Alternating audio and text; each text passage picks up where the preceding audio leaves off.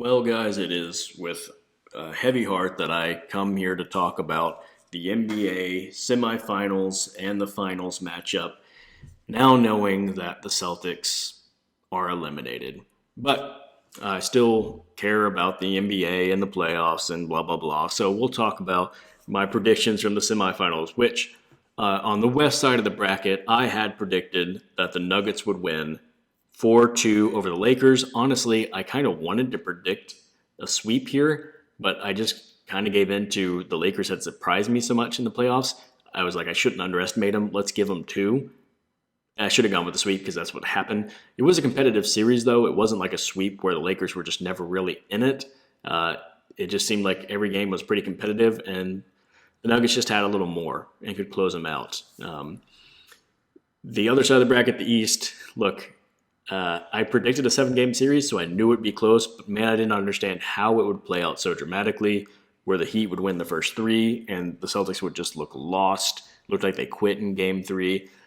And then they fought and clawed their way back to a tie series, sending the game, our series to a game 7 at home, only to blow it again there. So that was a heartbreaker.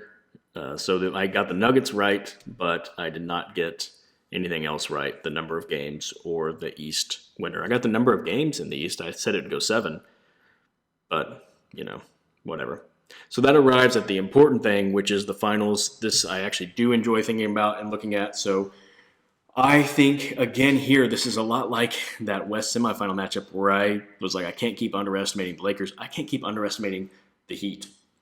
When I look at the series, I think immediately I want to go lopsided towards the Nuggets because the matchups just on paper really favors the Nuggets. Jokic is going to be the best player in the series. He's been the best player in the playoffs so far. He's probably the best player in the world. He's huge. The Miami Heat do not have a good matchup for him. I imagine he's going to bully them. He's going to score whenever he wants, and then when the Heat start sending help, he's going to start picking apart with passes, and everybody else has been playing well for the Nuggets. They've got shooters. They've got defenders.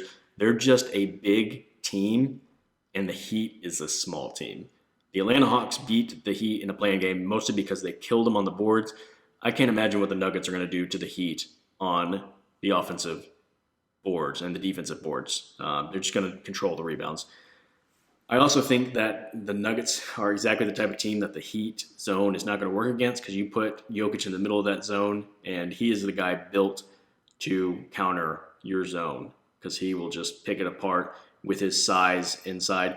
I think, honestly, people make it sound so simple, like get the ball in the middle of the zone, but you have to be a quick decision maker and able to handle the pressure that's going to collapse on you in the middle of the zone. And the Celtics didn't do that really well. They don't have a guy who's comfortable in that situation. Jokic, I think, is the ultimate guy who could be comfortable in that situation. The Heat, again, don't have a good matchup for Jamal Murray, who's a much craftier ball handler than anybody the Celtics was playing. The Celtics couldn't seem to break down the Heat defense. Jamal Murray, Jokic pick and roll is a great way to attack the Heat defense. It's a great way to attack any defense, really, is what I mean. Then I sit there and I want to say, well, they also have a great defender in Aaron Gordon to put on Jimmy Butler. But you know what? Every time I think something like that, like, hey, here's a great matchup, it doesn't matter because you know what the Heat are going to do? They're going to run pick and rolls and get Gordon switched off of Butler and find a favorable matchup. So really, what I have to think about is, can the Nuggets hide guys like Jamal Murray from getting picked on by Jimmy Butler? And this is where the Spoelstra chess match comes into play because once they get Murray switched onto Butler and Butler starts bullying Murray and they start having to send help defenders, now does Butler get to start being playmaker and the Heat shooters get going? And that's the great variance in this series. It's can the Heat shooters carry the load like they did in the Boston series? And if they can, I think they're going to win at least a couple of games. And so that's why ultimately I picked this series to go the Nuggets' way, but in a 4-2 series, I think the Heat can win at least 2 on the strength of Jimmy Butler getting favorable matchups, forcing help defense, the Heat shooters knocking down the shots that come to them. If I'm going to be honest, if Caleb Martin doesn't play like an all-star in this series, it's going to be so disheartening as a Celtics fan. But we'll see what happens. That said, I do want to point out we already know what's going to happen in the first game of the series as far as whichever team wins the blame / credit is going to go to the dramatic difference in time off that the Nuggets had from the Heat. If the Nuggets win game one, everyone's going to say, well, of course, the Heat just came off this grueling 7-game series with the Celtics while the Nuggets had all this rest. Of course, they're going to get game one. However, if the Heat steal game one, everyone's going to say, well, yeah, the Nuggets just had all this time off. They had no rhythm, and the Heat were coming off of all these pressurized games. They're in the flow. They're staying hot. That's why they won. So I just want to throw that out there to show, like, one of those teams is going to win, and there's going to be predictable blame and our reasoning going on the dramatic difference in rest.